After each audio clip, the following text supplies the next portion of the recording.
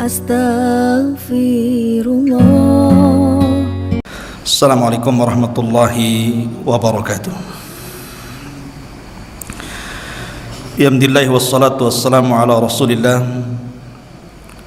wa ala alihi wa sahbihi wa mawalah wa la hawla wa la quwata illa billahi wa ba'du. Alhamdulillah, malam ini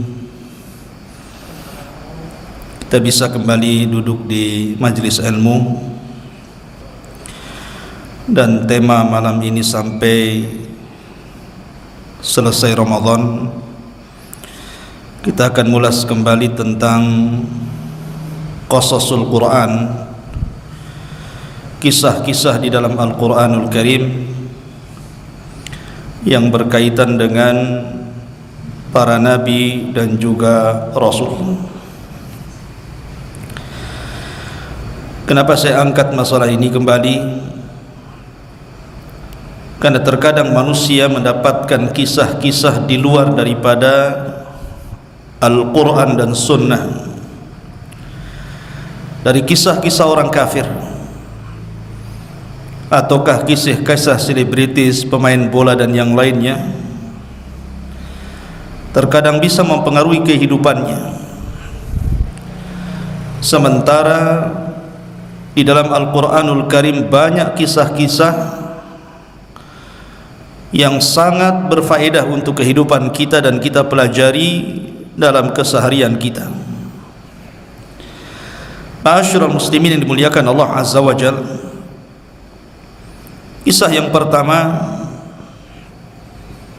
adalah kisah Abul Basharil Ula, bapak manusia yang pertama.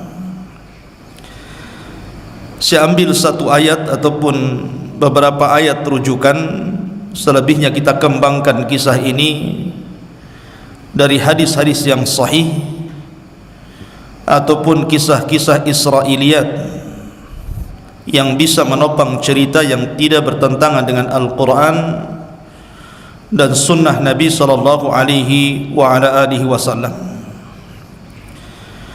Di dalam surah Al-Baqarah Allah Subhanahu wa taala berfirman, bercerita tentang kisah Nabiullah Adam alaihi salatu wassalam.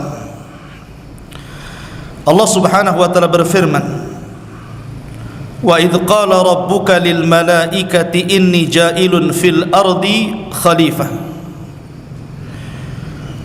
qalu ataj'alu fiha man yufsidu fiha wa yasfiku ad-dima wa nahnu nusabbihu bihamdika wa nuqaddisu lak qala inni a'lamu ma la ta'lamun. Dan ingatlah ketika Rabbmu berfirman kepada para malaikat, sesungguhnya saya akan menjadikan di permukaan bumi ini khalifah. Maka para malaikat mengatakan, apakah engkau akan menjadikan di bumi ini orang yang akan merusak padanya, yang akan menumpahkan darah, sementara kami para malaikat makhluk yang senantiasa bertasbih memujimu, mensucikan dirimu. Maka Allah berfirman, sesungguhnya saya lebih mengetahui apa yang kalian ketahui. Ma'asyiral muslimin yang dimuliakan Allah Subhanahu wa taala, di dalam kisah Nabiullah Adam alaihi salatu wassalam, sebelum saya masuk pada kisah ini, maka ada 3 makhluk yang ataupun 4 makhluk yang akan terkait dengan kisah ini. Pertama, Adam alaihi salatu wassalam, dan dia adalah orang yang pertama kali Allah ciptakan dari kalangan manusia. Bahkan dia manusia pertama yang Allah ciptakan. Bahkan dia adalah nabi yang pertama dan rasul yang nabi yang pertama yang Allah Subhanahu wa taala utus. Kemudian yang kedua, Hawa, dan dia adalah wanita pertama yang diciptakan Allah Subhanahu wa taala dari tulang rusuk Adam. Kemudian yang ketiga, Iblis, dan iblis adalah bagian daripada jin yang Allah Subhanahu wa taala ciptakan dari api dan dia bukan dari kalangan para malaikat berdasarkan firman Allah Azza wa Jalla, kana minal jin fa fasaqa an amri rabbih. Iblis itu bagian daripada jin yang bermaksiat kepada perintah Rabbnya. Kemudian yang keempat, yang terakhir, malaikat. Dan malaikat Allah ciptakan dari cahaya, kemudian Allah subhanahu wa ta'ala utus untuk menyampaikan wahyu kepada para nabi, dan mereka makhluk yang tidak bermaksiat sedikit pun kepada Allah subhanahu wa ta'ala. Inilah 4 makhluk yang terkait dengan kisah Adam alaihi salatu wassalam. Adapun secara global, faedah dari kisah Adam alaihi salatu wassalam yang nanti kita akan petik, yang pertama, anna inkishaful aurati awwalu su'in wa ighwa'in asabal insan min kibali syaitan. Bahwa terbukanya aurat dari Adam alaihi salatu wassalam dan Hawa adalah awal keburukan yang menimpa manusia, yang ditimpakan oleh syaitan kepada Adam dan juga istrinya. Yang kedua, bahwasanya Allah subhanahu wa ta'ala menciptakan Adam itu untuk memakmurkan bumi, melaksanakan perintah-perintah Allah berdasarkan ilham, wahyu, dan perintah Allah subhanahu wa ta'ala sesuai dengan maksud Allah menciptakan dirinya, dan hikmahnya Allah turunkan Adam dari sorga ke bumi.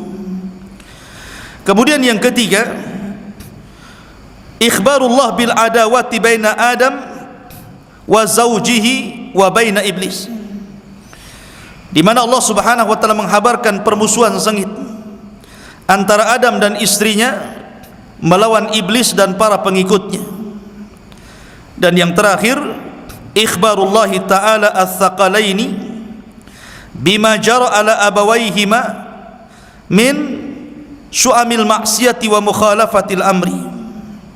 Penghabaran Allah subhanahu wa ta'ala terhadap makhluk, 2 makhluk jin dan juga manusia, terhadap apa yang menimpa kedua bapa mereka Adam alaihi salatu wassalam, di mana manusia setelah Adam alaihi salatu wassalam juga akan melakukan maksiat sebagaimana bapa mereka juga Adam alaihi salatu wassalam, dan menyelisih perintah Allah subhanahu wa ta'ala.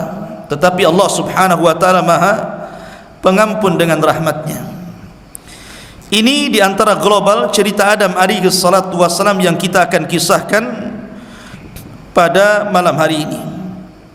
Taib, sebelum saya menceritakan berdasarkan ayat-ayat dalam Al-Quranul Karim, saya akan bacakan beberapa hadis Nabi sallallahu alaihi wasallam yang sahih terkait dengan ciptaan Adam alaihi salatu wassalam.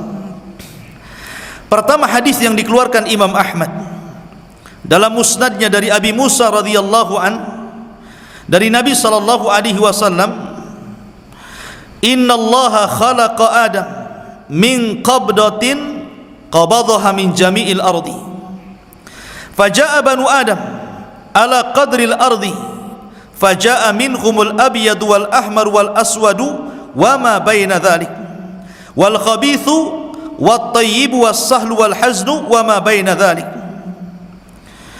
Ketika Allah subhanahu wa ta'ala menciptakan Adam, maka Allah subhanahu wa ta'ala mengambil segenggam tanah dari beberapa jenis tanah yang ada di bumi. Maka datanglah keturunan Adam alaihi salatu wassalam berdasarkan sifat-sifat tanah.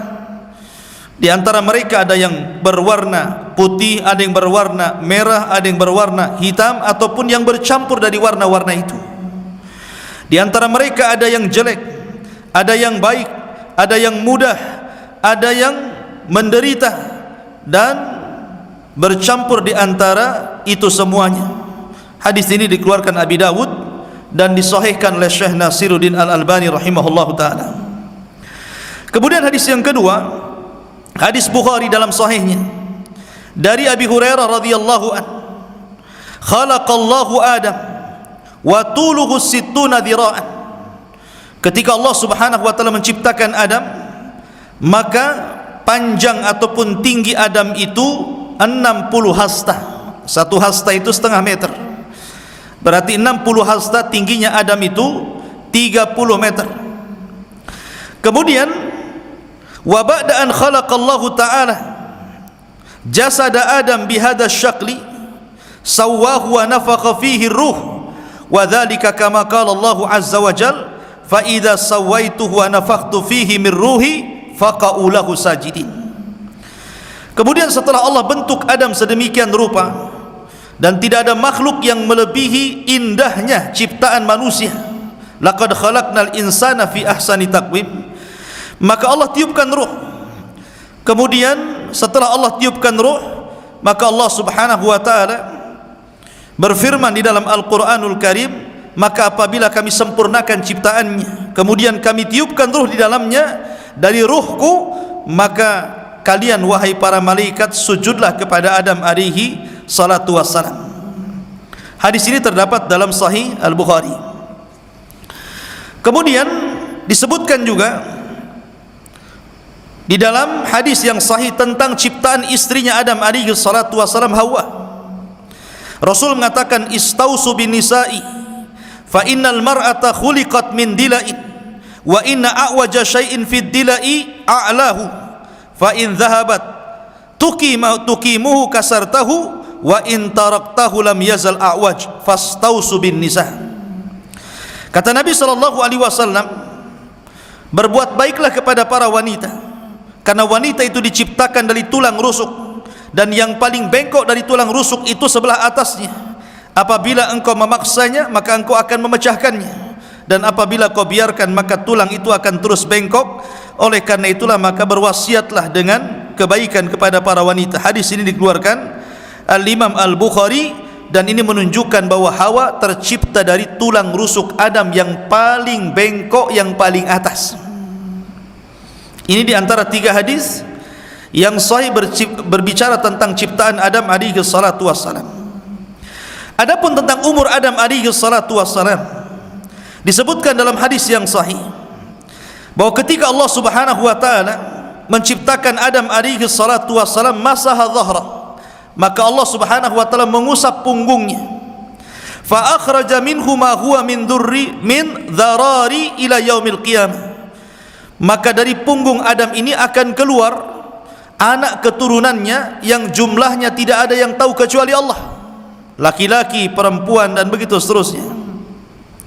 Kemudian Allah subhanahu wa ta'ala memberikan kepada Adam alaihi salatu wassalam, wa kana umru Adam alfa amin, dan umur Adam itu diberikan 1000 tahun, diberikan 1000 tahun. Kemudian fazadahu arba'ina aman, setelah kemudian Allah subhanahu wa ta'ala berikan Adam 1000 tahun, maka Allah tambah 40 tahun. Fakataballahu bidzalika kitaban wa asyhada alaihi almalaika. Ketika Allah memberikan usia yang panjang itu, langsung dicatat usianya dan disaksikan para malaikat. Suatu ketika Adam alaihi salatu wassalam bermimpi. Dalam mimpinya dia melihat salah satu dari keturunannya, Nabi Daud alaihi salatu wassalam. Di dahinya ada cahaya. Kemudian Adam alaihi salatu wassalam mengatakan, siapa dia? Maka malaikat mengatakan, itulah Daud dari keturunanmu. Kemudian Adam mengatakan, berapa usianya? Maka dia mengatakan 60 tahun. Kata Adam alaihi salatu wassalam, kuberikan 40 tahun dari usiaku, genapkan 100 tahun. Maka ketika Adam alaihi salatu wassalam kemudian datang malakul maut hendak mencabut ruh Adam alaihi salatu wassalam, Adam kira bahwa usianya masih 40 tahun lagi. Dia lupa kalau usia itu sudah diberikan kepada Daud alaihi salatu wassalam. Maka dari sini Adam lupa. Ketika itulah Adam disebut al-insan, makhluk pelupa. Maka seluruh keturunannya disebut insan. Karena Adam lupa, maka seluruh keturunannya menjadi lupa. Hadis ini dikeluarkan Imam Ahmad, dan hadis ini dari sahabat Abdullah bin Abbas radhiyallahu an, yang dikeluarkan Imam Tirmidzi dan disahihkannya. Dari Abu Hurairah radhiyallahu an, begitu juga Imam Ibnu Huzaimah, Ibnu Hibban, Hakim meriwayatkan hadis ini. Maka Adam alaihi salatu wassalam diberikan usia panjang hampir 1000 lebih, hampir 1000 tahun, tetapi 40 tahun kemudian diberikan kepada Daud alaihi salatu wassalam. Ma'asyiral muslimin yang dimuliakan Allah azza wa jalla. Baik, kita masuk dalam kisah Adam berdasarkan ayat-ayat di dalam Al-Qur'anul Karim.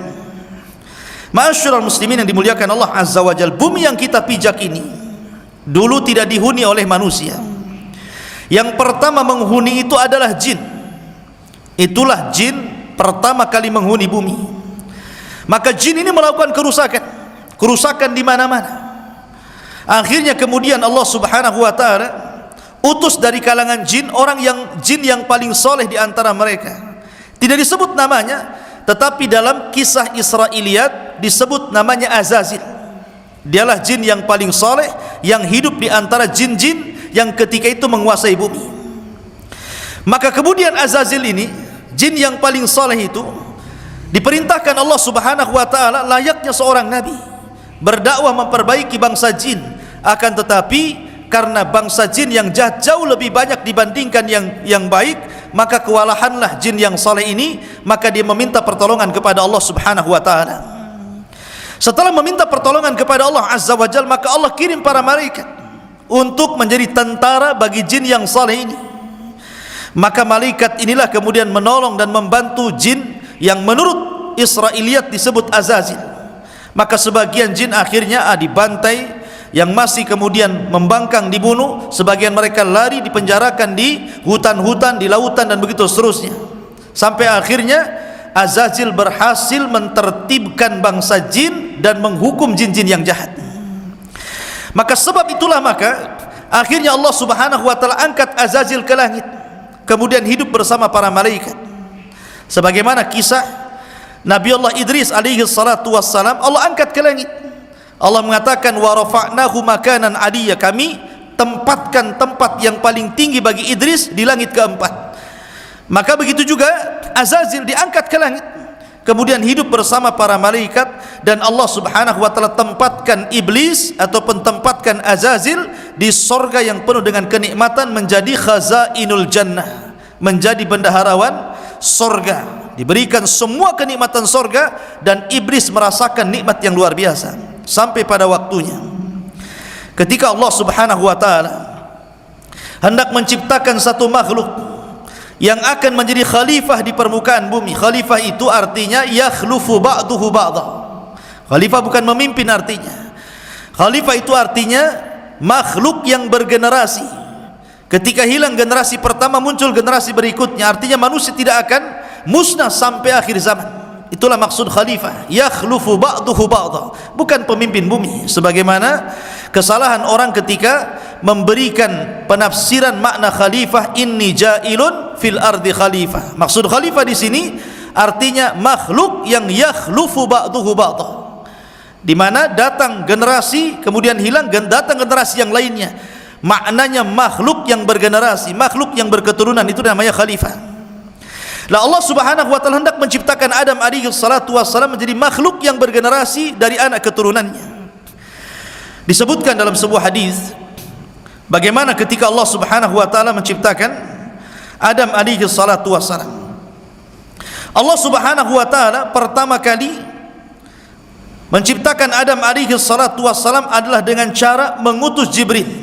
Jadi Jibril alaihi salatu wassalam diutus oleh Allah Subhanahu wa taala untuk datang ke bumi. Kemudian iblis Jibril alaihi salatu wassalam hendak mengambil tanah di bumi, tetapi kemudian ditolak oleh bumi. Bumi menolaknya. Kemudian mengatakan, aku berlindung kepadamu wahai Jibril. Maka Jibril pun kemudian tidak jadi mengambilnya. Dan itu berdasarkan beberapa riwayat. Kemudian setelah itu Allah Subhanahu wa taala mengutus malaikat yang lainnya. Begitu juga sama malaikat kembali tanpa hasil, karena bumi berlindung kepada Allah untuk diambil tanahnya. Sampai pada waktunya akhirnya kemudian Allah Subhanahu wa taala mengutus malakul maut untuk mengambil sebagian tanah yang ada di bumi untuk menciptakan Adam alaihi salatu wassalam. Bumi pun berlindung untuk diambil tanahnya, tapi malakul maut dia mengatakan wa ana a'udzu billahi an arji walam angfid amrahu. Sebagaimana engkau bumi berlindung kepada Allah untuk kuambil tanahnya, aku pun berlindung kepada Allah, aku tidak akan kembali kepada Allah sampai kuambil tanahmu. Akhirnya kemudian malakul maut pun mengambil beberapa tanah, ada yang berwarna merah, berwarna putih, berwarna hitam, ada yang juga bercampur, kemudian diangkat ke langit. Kemudian dengan sebab tanah itulah Allah ciptakan sendiri Adam alaihi salatu wassalam. Adam tidak diciptakan dengan kun fayakun. Adam diciptakan dengan Allah, oleh Allah Subhanahu wa taala, dengan kedua tangan Allah Azza wa Jalla. Dan ini menunjukkan apa? Untuk mematahkan hasadnya iblis. Karena iblis mengatakan ana khairu minhu, saya lebih baik dibandingkan Adam. Saya lebih baik dibandingkan Adam. Khalaqtani min nar wa khalaqtahu min tin. Aku diciptakan dari api, kau ciptakan dia dari tanah. Itu hasadnya iblis. Tetapi Allah Subhanahu wa taala untuk mematahkan hasadnya iblis yang mengatakan dia lebih baik daripada Adam, maka Allah menciptakan Adam dengan kedua tangannya, langsung dengan kedua tangan Allah, sementara iblis diciptakan dengan kun fayakun.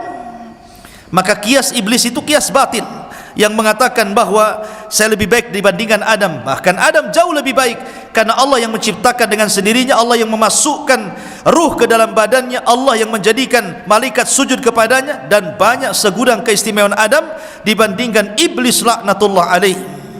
Maka jadilah Adam terbuat dari tanah. Dan itu Allah Subhanahu wa taala firmankan di dalam Al-Qur'anul Karim, dalam Al-Qur'anul Karim, wa laqad khalaqnal insana min sulalatin min tin. Dan kami ciptakan manusia itu dari tanah. Maksudnya asal penciptaan manusia dari tanah, bukan berarti kita semua turunan Adam dari tanah, tidak. Maksudnya asal penciptaan Adam dari tanah. Adapun kita bukan dari tanah, tetapi karena asal ciptaan kita, bapak kita dari tanah, maka kita pun akan kembali ke tanah. Makanya orang-orang yang beriman apabila kembali ke tanah, maka tanah akan memeluk kita. Makanya di dalam kuburan itu ada 4 peristiwa yang akan berlaku. Pertama, himpitan bumi. Yang kedua, fitnah kubur. Yang ketiga, azab kubur. Yang keempat, nikmat kubur. Yang pertama kali himpitan kubur. Semua orang akan dihimpit kuburan. Bayi yang tidak berdosa saja akan dihimpit kuburan. Bahkan Rasul mengatakan kalau seandainya ada yang selamat dari himpitan ini, tentulah Sa'd bin Mu'adz yang akan selamat. Padahal Sa'd bin Mu'adz itu ketika meninggal bergegar arsy Allah Subhanahu wa taala, turun 70.000 malaikat mengantarkan jenazahnya, tapi dia pun tidak selamat dari himpitan bumi. Tetapi para ulama mengatakan kalau himpitan itu mengenai orang-orang kafir, maka akan meremukkan seluruh tulangnya. Tapi kalau himpitan itu kepada orang yang beriman, maka sebagaimana seorang anak yang hilang kemudian berjumpa dengan ibunya, maka akan dipeluk dengan kasih sayang, maka tanah itu akan memeluk kita sebagaimana seorang ibu memeluk anaknya, tidak terasa apapun. Ma'asyiral muslimin yang dimuliakan Allah Azza wa Jalla. Maka setelah itu kemudian Allah Subhanahu wa taala biarkan Adam mengeras. Ketika mengeras inilah iblis penasaran, Allah menciptakan siapa dan untuk apa maksudnya. Maka akhirnya iblis pun selalu datang mengitari patung Adam yang belum ditiupkan roh itu. Terkadang masuk ke lubang hidung, keluar dari lubang telinga, masuk ke lubang telinga, keluar dari lubang mulut. Kemudian kata iblis, araftu annahu ajwab, aku mengetahui bahwa Adam itu terlampau banyak rongga, banyak lubang. Artinya ini makhluk yang lemah. Maka iblis ketika itu mengatakan, lau sullitu alayya la uhlikanna, kalau makhluk ini diserahkan kepadaku, ku hancurkan dia. Artinya bahwa dari sini iblis sudah nampak hasadnya kepada Adam alaihi salatu wasallam padahal belum ditiupkan roh. Dan itulah yang mengakibatkan celakanya iblis, diakibatkan dari penyakit hasad. Makanya ulama mengatakan hasad adalah penyakit pertama yang menimpa iblis di langit dan yang menimpa di bumi nanti pada kisah Qabil dan Habil. Ma'asyiral muslimin yang dimuliakan Allah Azza wa Jalla. Maka setelah itu kemudian Allah Subhanahu wa taala berfirman, fa idza sawaituhu wa nafakhtu fihi min ruhi faqa'u lahu sajidin. Maka Adam mulai ditiupkan roh. Maka Allah perintahkan para malaikat untuk menyaksikan, termasuk juga iblis hadir di antara para malaikat. Maka ketika ditiupkan roh dan roh itu sampai di matanya, mulailah memandang mata Adam alaihi salatu wassalam, dilihatnya dia berada di sorga. Dia melihat bagaimana nikmatnya sorga, buah-buahan sorga, macam-macam yang di sorga. Kemudian mulailah ruh itu menjalar sampai tenggorokannya. Mulailah Adam merasa lapar. Dia terus memandang buah-buahan sorga. Akhirnya ketika betul-betul ruh sampai di tenggorokan, Adam pun bersin. Kemudian Allah mengatakan, "Qul ya Adam, alhamdulillah." Maka Adam mengatakan, "Alhamdulillah." Maka Allah berfirman, "Yarhamuka rabbuk." Semoga Allah merahmati dirimu. Maka kemudian Adam alaihi salatu wassalam terus ruh itu menjalar sampai ke badannya. Belum sampai kaki, tangannya sudah berusaha untuk mengambil buah-buahan sorga. Makanya Allah mengatakan, "Khuliqal insanu min ajal." Manusia diciptakan itu tergesa-gesa, tidak sabar. Adam tidak sabar, maka turunannya pun tidak sabar. Sampai ketika kemudian betul-betul ruh sampai di kakinya, Adam betul-betul menjadi manusia, antara jiwa dan jasad bersatu. Maka Adam pun kemudian diberikan nikmat oleh Allah, boleh memakan apapun yang ada di sorga dan mendapatkan kenikmatan yang luar biasa. Ketika itulah momen yang ditunggu-tunggu. Allah Subhanahu wa taala berfirman sebagaimana yang tadi saya katakan di awal, "Wa idz qala rabbuka lil malaikati inni ja'ilun fil ardi khalifah." Sampai kepada perintah Allah Subhanahu wa taala untuk sujud. Maka Allah Subhanahu wa taala mengatakan, "Sujudlah kalian kepada Adam." Fasajadal malaikatu kulluhum ajmaun. Maka para malaikat pun sujud secara keseluruhan, semuanya tanpa terkecuali, kecuali satu orang yang ada di kalangan para malaikat. Dialah Azazil. Dialah jin yang saleh yang kemudian berubah menjadi taleh dan akhirnya menjadi iblis laknatullah alaihi, tidak mau sujud kepada Adam alaihi salatu wassalam. Bagaimana kisah setelah tidak sujudnya Adam? Bagaimana murkanya Allah kepada iblis? Bagaimana iblis juga murka kepada Adam sehingga memberikan was-was kepada Adam? Bagaimana diciptakan istrinya Adam? Bagaimana Adam di sorga? Bagaimana diturunkan dari sorga? Maka kisah ini masih berlanjut. Mudah-mudahan kita bisa melanjutkan esok pagi. Kita tutup untuk kajian malam ini. Subhanakallah bihamdika asyhadu an la ilaha illa anta astaghfiruka wa atubu ilaik. Allahu ta'ala alam. Assalamualaikum warahmatullahi wabarakatuh.